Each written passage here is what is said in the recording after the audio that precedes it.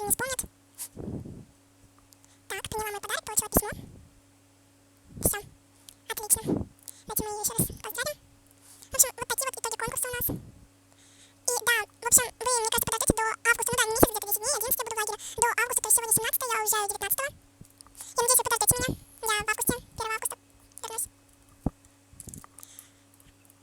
Да, в общем, вот так вот. И вот сейчас я с вами пока что прощаюсь, но ненадолго. Так, всем удачи и добра, и всем пока. С вами был канал Регина Мур.